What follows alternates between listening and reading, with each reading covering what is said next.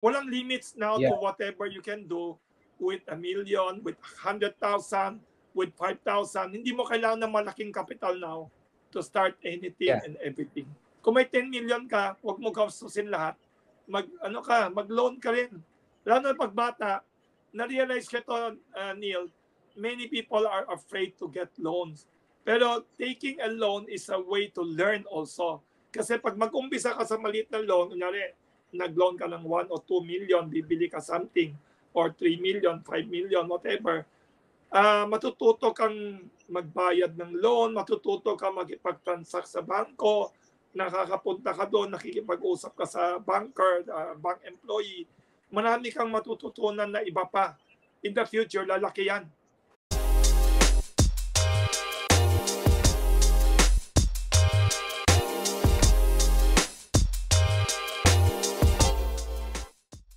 Amazed ako. May isang lugar ako near Kamuning Bakery, nabili ko, apartment, 5 units yon. Ang unang unit, hindi siya sobrang commercial, nasa harap lang yung unang unit. May nagrenta mga kabataan, mga 3, 4, mga 5 silang mga batang kabataan. May negosyo sila. Nagbebenta lang, alam mo, binibenta nila yung something na ginagamit sa kwarto, yung pampabango ng kwarto, alam mo yun? Yun may parang liquid na iba-ibang kulay. Na may yung may ilaw pa nga something. O ginagamit ito sa spa or sa kwarto or something. Binigyan nila, hindi ako marunong gumamit eh. Pero gulat ako, tinanong ko, where do you source your material and where do you sell? Alam mo sabi sa akin, binibilhan nila yung source nila sa internet lang, binili nila, supplier nila, tapos binibenta nila, inaayos lang nila yung packaging, konting iba lang packaging. Binibenta nila through social media. Believe ako, no? Yun ang negosyo nila. And they're doing well. Ano yun, during pandemic. Yeah. Walang limits now to whatever you can do with 1 million, with 100,000, with 5,000. Hindi mo kailangan ng malaking capital now to start anything and everything. Pagka 10 million, okay na ba? Wise na kayo for mga real estate or what other business pwede? Alam mo, ang real estate pwede, pero kahit na less than 10 million pwede, as long as may income ka, may trabaho ka, or other source of income, pwede ka mag-loan. You don't even need 10 million, you just need a loan. May pang-down ka lang konti, down payment, whatever, pwede ka bumili ng real estate. That is a good way to invest in real estate for your own investment or as a business or for your own family. Pwede. Hindi mo kailangan ng pera, kailangan mo lang ng income. Pwede ka mag-access ng loan. Mga bangko ngayon masaya magbigay ng housing loan. Alam mo, I'll tell you a secret.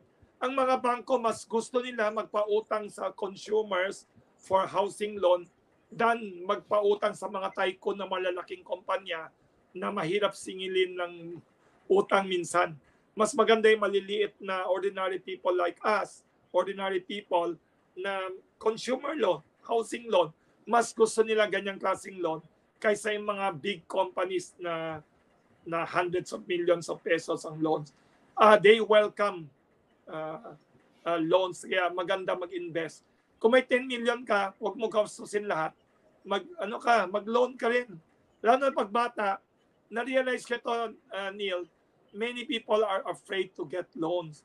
Pero taking a loan is a way to learn also. Kasi pag mag-umpisa ka sa maliit na loan, kunyari, nag-loan ka ng 1 or 2 million, bibili ka something, or 3 million, 5 million, whatever, matututo kang magbayad ng loan, matututo kang makipag-transact sa bangko, nakakapunta ka doon, nakikipag-usap ka sa banker, bank employee, marami kang matututunan na iba pa. In the future, lalaki yan. Yun 1 million mo magiging 5 million loan. 5 million mo magiging 10 million loan. Tapos whether you are going to do business, whether you are going to buy a house or renovate your old house or your store or anything, it's also a good way to learn. Start with something small. Mangutang kayo. Pag may pag-uutangan na matino, ay yung paggagamitan na matino, huwag mag-utang for the sake of utang na lagot tayo na. Yeah, wag ganda yung pinoint out mo, no? Maglo-loan ka dun sa mga bagay na naaral mo na. Useful. Kasi Yes. kasi minsan nangyayari, sige, nagpapautang si ganito, 10 million agad, 5 million, 1 million. Kung wala kang skill and experience, masusunog yun. Kaya maganda sinabi mo, start small, utang ka siguro for a business loan, maybe 10,000. Gumagana. Yes. Nag-work yung concept, nag-work yung market, saka mo palakihin. Hirap kasi yung malaki ka mo sa start without the skill and knowledge, masusunog. So start small, and as you're faithful with it, ayun, lalaki ng lalaki. Bangko pa yung magpa-loan sa iyo.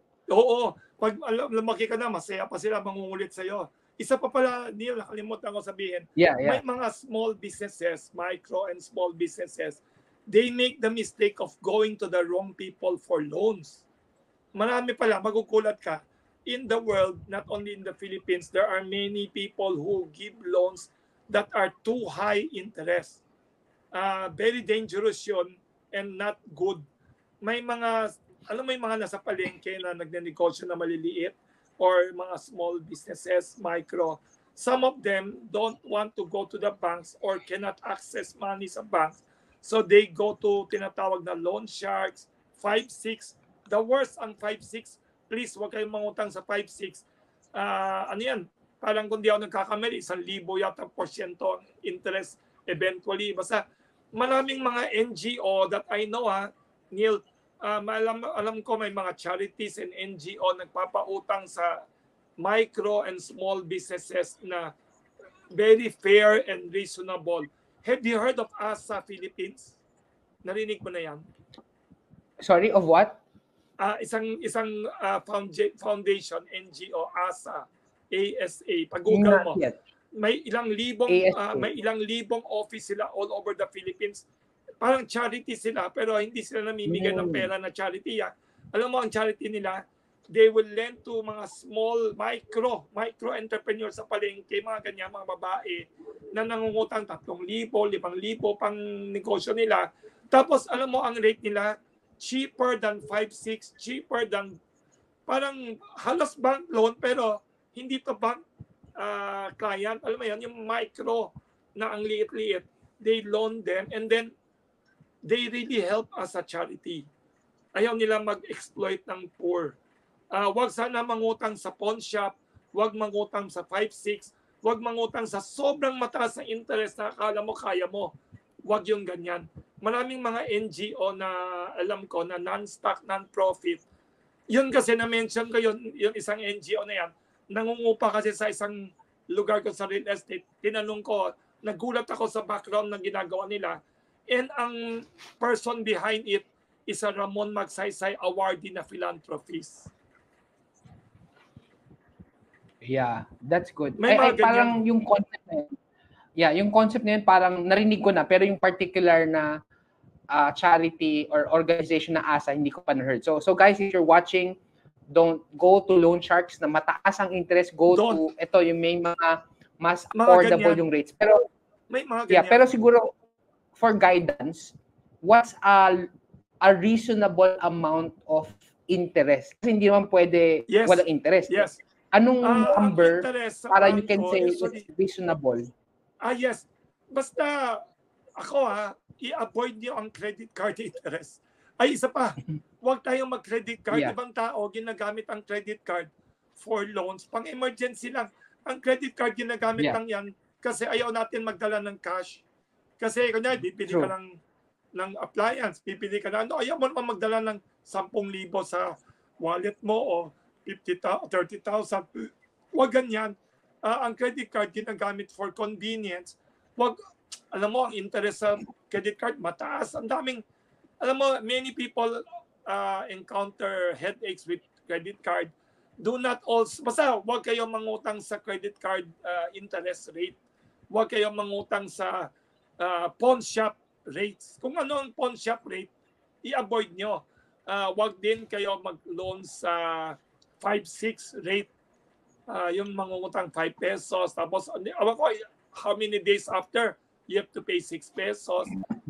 Basta yun ang mga i-avoid din nyo. Anything below them, reasonable lahat yan. Pinakamaganda, magtanong kayo sa bangko.